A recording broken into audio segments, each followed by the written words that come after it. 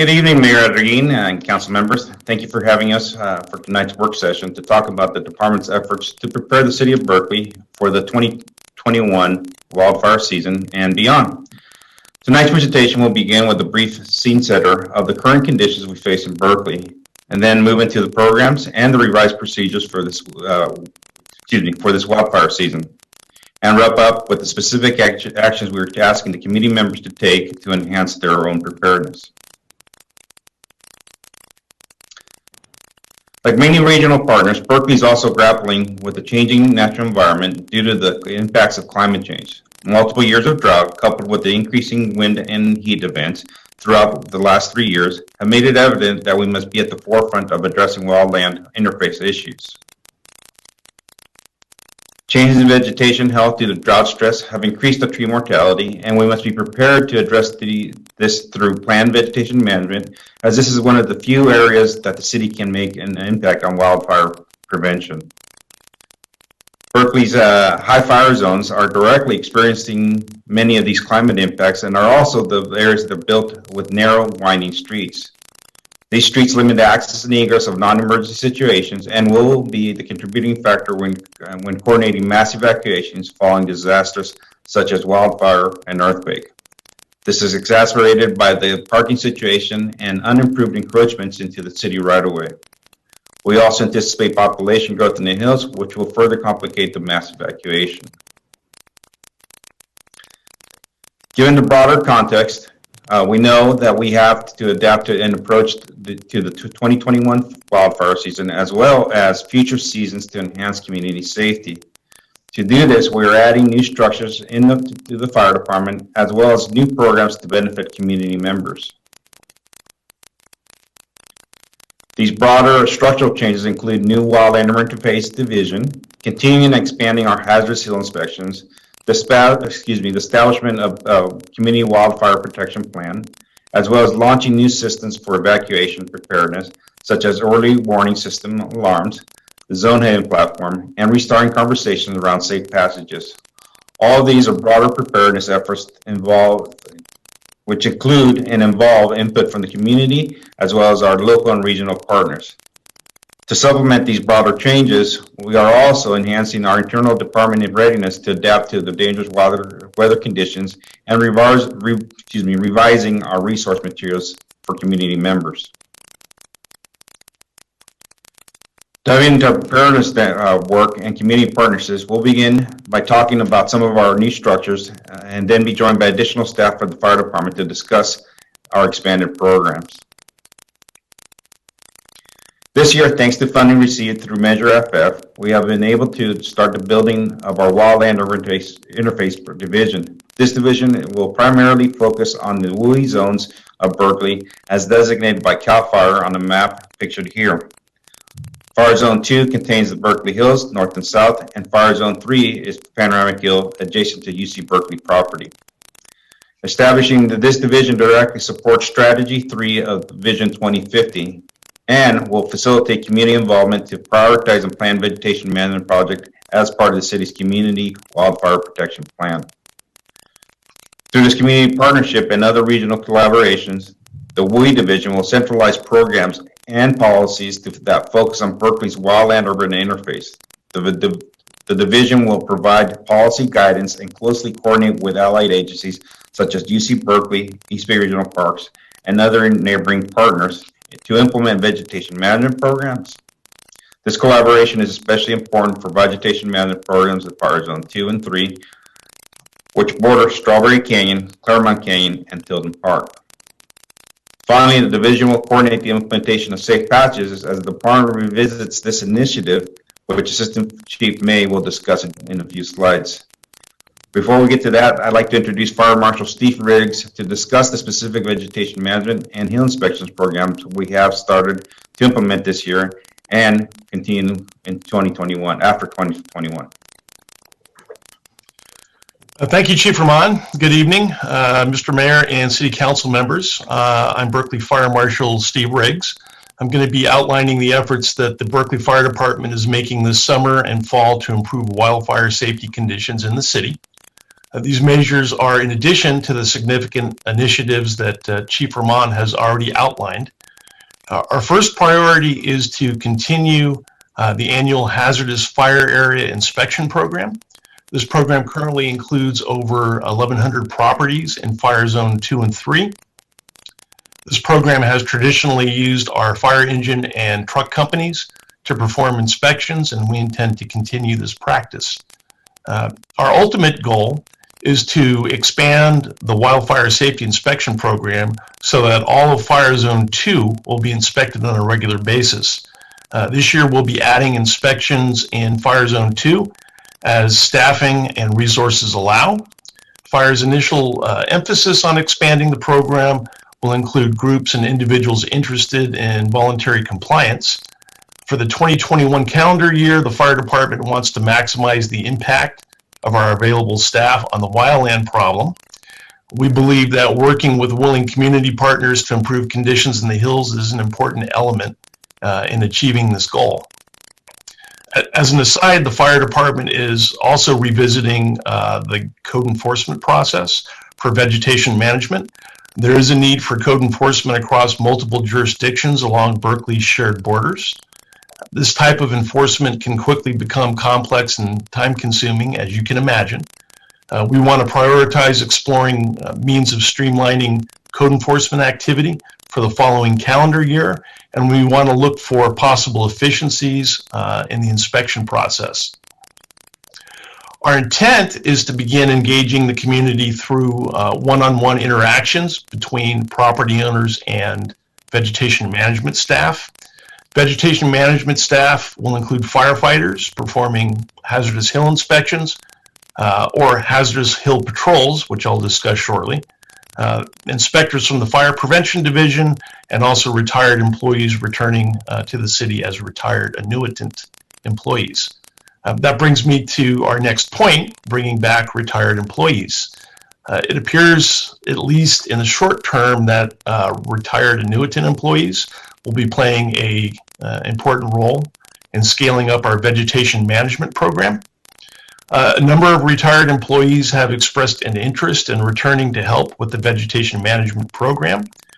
We expect that these employees will participate in community education and property inspections, and that ultimately these efforts will support the code enforcement process when necessary.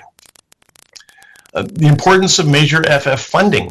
The funding provided by Measure FF is allowing us to hire staff dedicated to wildfire safety, and expected to allow inspectors to be more thorough and inspect more often. Ultimately, Measure FF funding will allow additional permanent fire inspector positions to be created to take on many wildfire safety responsibilities. We're expecting vegetation management programs to expand throughout the state, and for the state to develop additional inspection mandates. There will be a learning curve for all agencies that will be enforcing new requirements. City staff will need training to properly implement these inspections, and we anticipate that Measure FF funding will be able to assist in obtaining the required training. Finally, on this slide, Fire Patrol. The fire department has already piloted a hazardous hill patrols program. The patrols generally consist of 1 to 2 people in a smaller fire vehicle, such as a brush engine.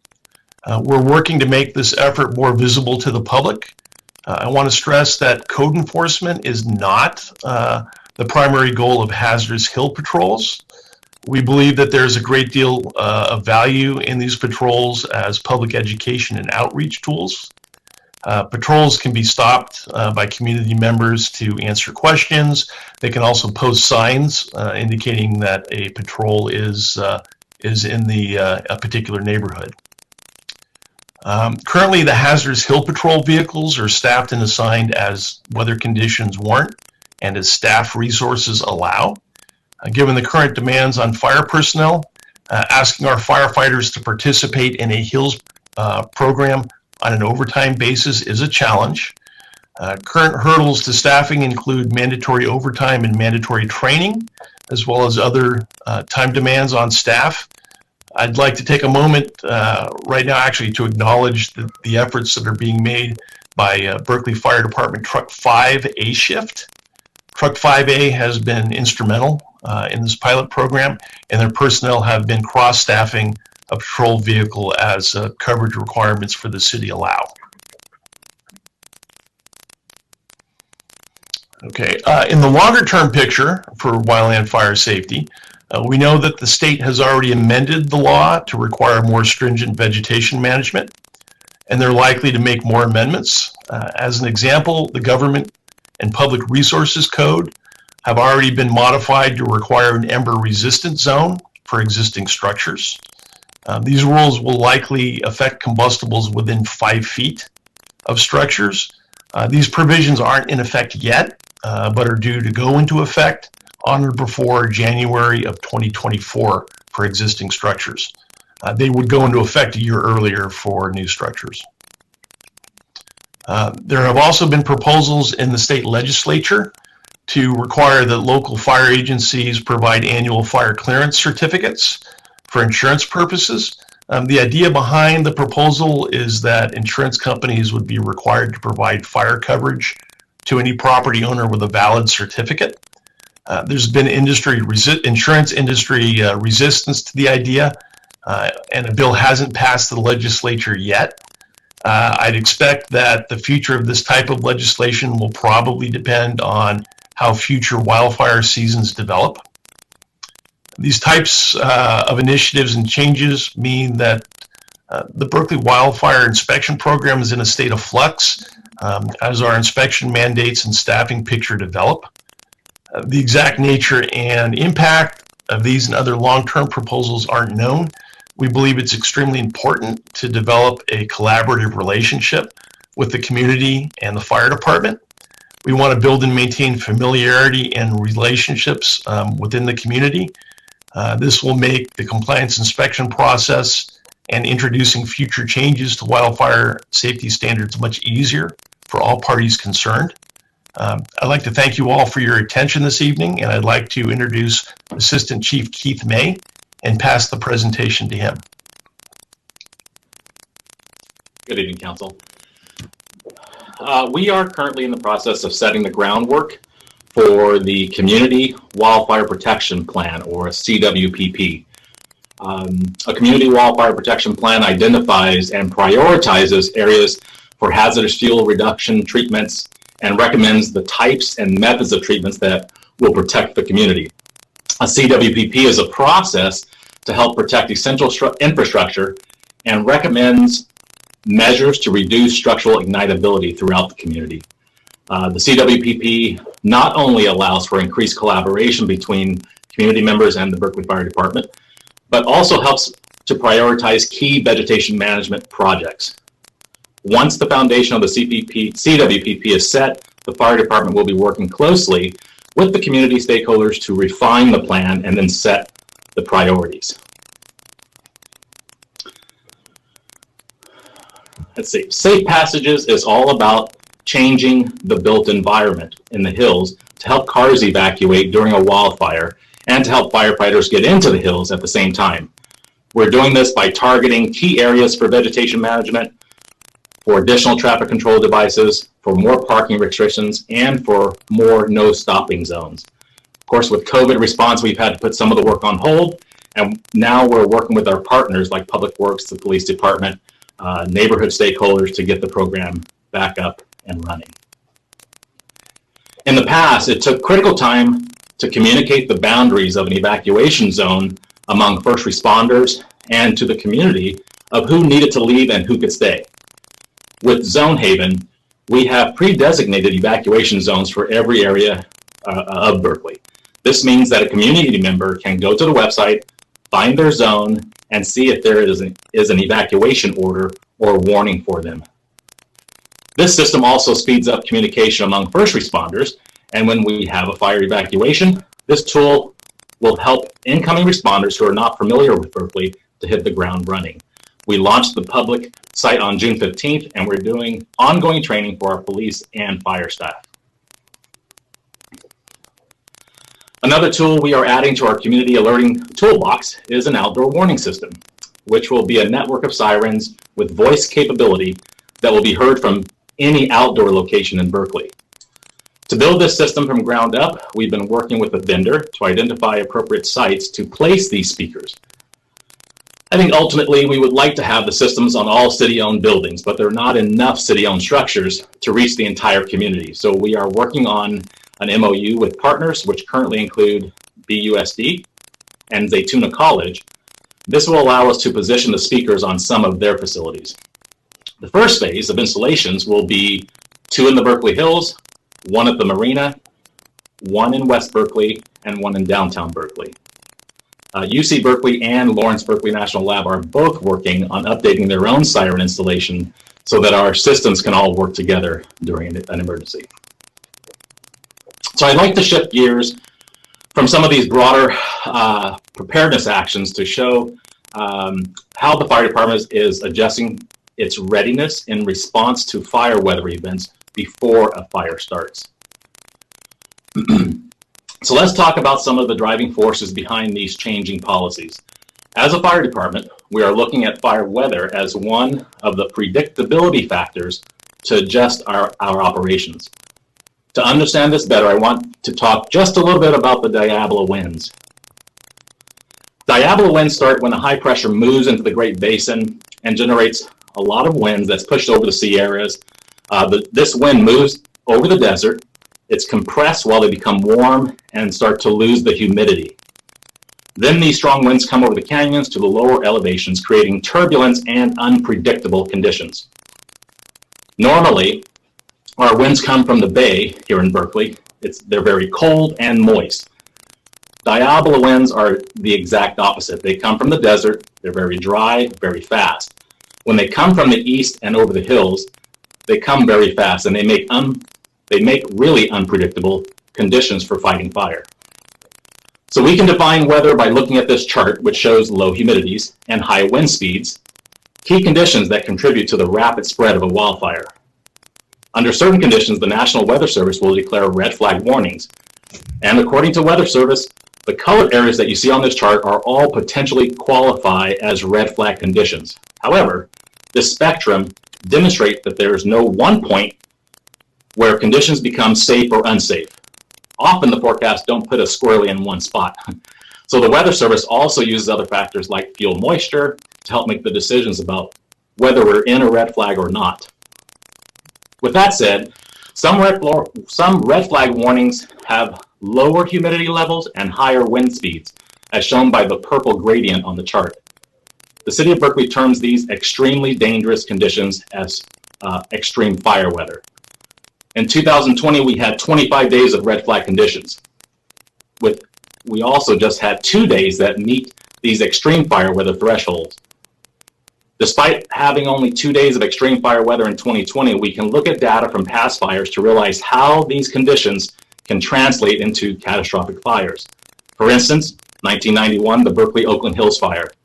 Relative humidity was 2% with winds coming out of the east at 40 miles an hour. 2018 Camp Fire, or the town of Paradise, the relative humidity was 23% at ignition, and the wind was coming northeast somewhere between 25 and 30 miles an hour with gusts up to 50 miles an hour. It's also I want to note that within 10 hours of that fire starting, the relative humidity had dropped to 11%. So we monitor the weather and adjust our operations when we see red flag or extreme fire weather being forecasted, so that we are more ready to respond to a catastrophic fire depending upon the conditions. Once we know a red flag event is going to occur, we activate internal fire weather procedures to maintain situational awareness and to alert the community. First, when the Weather Service issues a red flag warning for the East Bay Hills, we reach back to the Weather Service and get what we call a spot forecast for specific locations in Berkeley. We use these spot forecasts to help determine if conditions in Berkeley will actually meet our extreme fire weather thresholds or not. In addition, during periods of fire weather, fire crews do real-time monitoring out in the field to see if conditions are matching those forecasts. We also notify the community of fire weather in a few ways, including AC Alert. For red flag warnings, we send the message out on an email and the Everbridge app. For extreme fire weather, we also message all subscribers, including voice calls and text to cell phones. Fire stations and other city buildings, they fly the red flag weather flags. Red fire weather flags, hard for me to say. Along with this, the fire department starts early coordination with our partners in Berkeley and Alameda County to share consistent information. We coordinate with UC Berkeley, the Berkeley Lab, as well as Alameda County and neighboring cities. And finally, once weather starts, we have staff and volunteers patrol the hills for fire or other high-risk activities. This includes field monitoring by the fire crews, as well as field patrols by the volunteers from NALCO ARES, which are a volunteer ham radio group. Also, for extreme fire weather, when we are recommending community members leave the hills, this includes increasing police patrol in the hills for both fire monitoring and providing increased presence while residents are away from their homes. We have learned a lot through the past years during this time of year and have made significant changes to our fire weather readiness policies that begin before a fire start. Coordinating efforts with our city partners, adding personnel in key locations, being visible in the fire zones 2 and 3 especially, activating the EOC, and increased messaging to the community. So now I'd like to introduce one of our emergency services coordinators, Sarah Lana, to discuss new resources we are providing to our community members given this fire weather preparedness framework. Good evening. So the chiefs have outlined how the city is aggressively preparing for wildfire evacuation. Assistant Chief May also talked about how a fire that ignites during red flag weather, or especially during extreme fire weather, can spread so fast that normal firefighting methods don't work. It's like a fire crew trying to stop a hurricane. And he told us about how in that situation, the goal needs to change from firefighting to getting people out of the way. As your emergency managers, we recognize that you can follow all of the traditional preparedness steps perfectly. You can sign up for AC Alert, you can pack your go bag, you can map out all your potential evacuation routes. But for one of these Diablo wind-driven fires, because of the narrow roadways in the hills, and because of how densely packed we are, preparing perfectly may not be enough to get out of the hills safely. So that's why we're totally reframing our recommendations to the community. We always want everyone to be ready to evacuate, but when we recognize that wildfire evacuation may not work under Diablo wind conditions, then we have to change our approach. And we are finding opportunities here. Chief May told you about how we can actually narrow down the times when we are most likely to have strong Diablo winds that create a catastrophic fire here in Berkeley. And with this information, community members can take much greater control of their situation than they'll have once a fire ignites. So this is why the fire department is recommending that everyone who lives in the hills monitor the weather and make a plan now to leave the hills during extreme fire weather. This could be staying with friends or family or at a hotel. And we do not take this lightly. We know that this is disruptive. We know that this isn't a simple proposition and that if it happened today, not everyone will be ready to take action. But we also know that we can't guarantee that following those traditional steps will be enough to get out of the hills during a Diablo wind-driven fire. We also know that fewer people in the hills in extreme fire weather conditions will mean fewer cars competing for the limited roadways during a wildfire evacuation. Next slide, please. So to support this shift in our thinking, we've just relaunched our wildfire website. The new content and tools and videos are designed to help community members rethink what wildfire readiness means for them. We have new tools to understand fire weather and to help community members think through the actions that they can take to better protect themselves and their loved ones before a fire happens.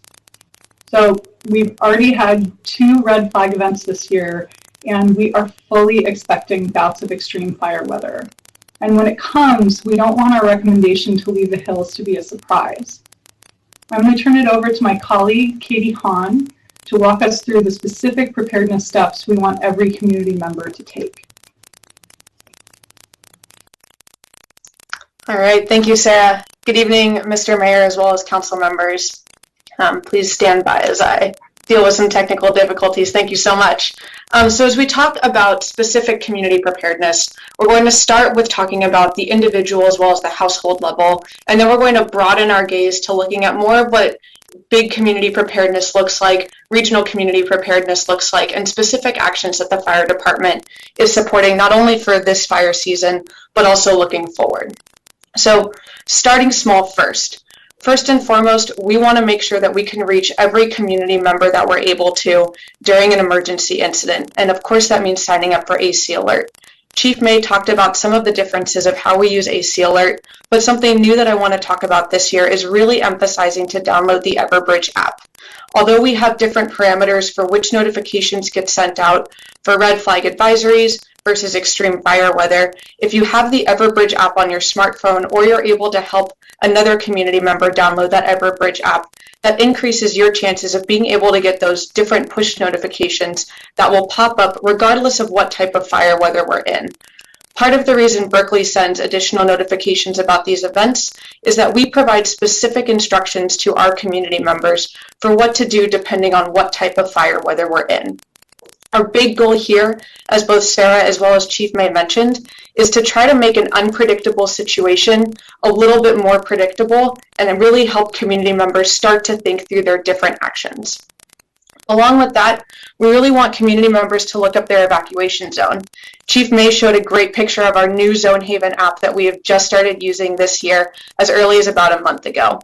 This is great because community members can visit community.zonehaven.com, type in their address into the address bar in the top left corner of the page, and their zone will highlight.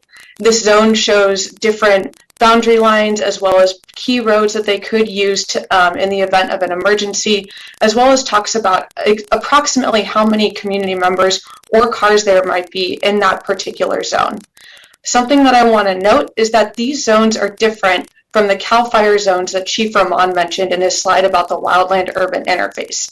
These zones can be designated by a label that says BER-E and then a number. So for instance, BER-E018. Really want to make sure that community members write this zone down on a refrigerator magnet, write it on their go bag, really wherever they look frequently. That way it starts to get ingrained in their brain. The reason that we mention this and the reason that I'm emphasizing this so much is that these are the evacuation zones that we will use if we have to send out either a warning or an order. So it's really important that these zones are quick, they're easy to remember, and community members know when to take action when they see their zone or the zone of a loved one or a friend or family member who also lives in the city of Berkeley pop up. So as we shift away from talking about alerts, we really want to start helping our community members really think about what fire weather means for them.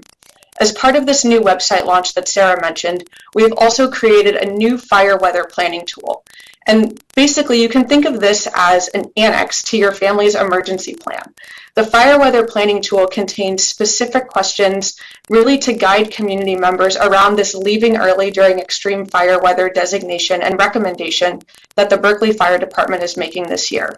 We provide space for you to talk about where you will go, who you will stay with, their evacuation zone if they are in the Bay Area, as many counties are also using the Zone Haven system, and then also providing additional places to think about more plans for children or pets if needed. We really want to get community members thinking about their individual situation, their individual circumstances, and creating their own plans as a result of that. As the Office of Emergency Services, we know that this is a big deal. As Sarah mentioned, this is not something that we're taking lightly, and so we will be facilitating multiple community presentations throughout the rest of fire season to make sure that community members have time to really digest this information and really talk through what it means for them, whether that's finding a new location to go to, finding a friend or family member to stay with, or thinking about what might be going in their go bag. And then, of course, finally, we know that we have so many community members who are already thinking about this. They were thinking about this a couple of years ago. We want these community members to start working with their neighbors and really get their neighbors elevated up to this level of individual preparedness, and also learn about what neighbors might need in the event of an evacuation, if that's additional assistance, maybe they need a ride, maybe neighbors are talking about carpooling, or if there is something that they can offer, right? Every different community member here in Berkeley has their own specialty that they can bring to the table in an emergency, and we want to get these conversations started now.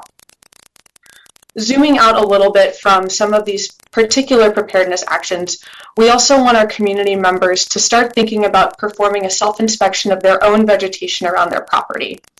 Recently, Fire Marshal Steve Riggs' division, the Fire Prevention Division, sent out a mailer that includes a self-inspection checklist for community members to fill out. A couple of just very quick items on this checklist include clearing out debris from gutters. So this could be trash that's blown in, dried leaves, etc., as well as clearing out any debris from around the direct perimeter of the house. We want to make sure that community members are also thinking about their properties as they think about their personal preparedness as well. And then we'll continue to think bigger. So as we talk about community preparedness, neighborhood preparedness, we want to start thinking about how community members can organize. So we are going to be relaunching our Community Emergency Response Team program, or CERT, in the fall of 2021 in both a virtual as well as in-person system. We're really excited to do this because this helps community members really think about those boots on the ground actions that they can take with their neighbors to help keep each other safe in the direct aftermath of a disaster.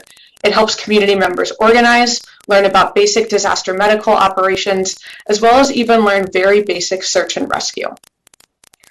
We know that our CERT program's been around for a while, and so we do also want to invite community members to start thinking about potentially organizing into either a fire safe council or adopting FireWise standards and becoming a FireWise community as designated by the National Fire Protection Association. Both of these different programs, the Fire Safe Councils being a state-facilitated program and the FireWise program, as I mentioned, being more of a program operated at the national level, really seek to foster that much more intense community preparation and really try to facilitate more direct vegetation management for not only individual properties, but also the thinking neighborhood-wide. We already have 2 to 3 applications for communities that want to adopt these FireWise standards and really think about what vegetation management priorities mean for their neighborhoods, as well as what different wildfire mitigation measures they could take. Both of these different programs do also provide an opportunity to receive grant funding from either the state or the national resources to help facilitate these mitigation programs. So as you can see, right, our third step is to become a full fire adapted community. That's our goal here, right? We want to take this from the individual level to the more broader community preparedness level, and also take it from not only just thinking about wildfire preparedness from June to October, but thinking about wildfire preparedness year round and thinking about how we can steadily prioritize all of our different actions to be able to create a more well-rounded and prepared community, especially when it comes to wildfire season. Thank you for your time, and I'll transfer the presentation back to Chief Ramon to close us out.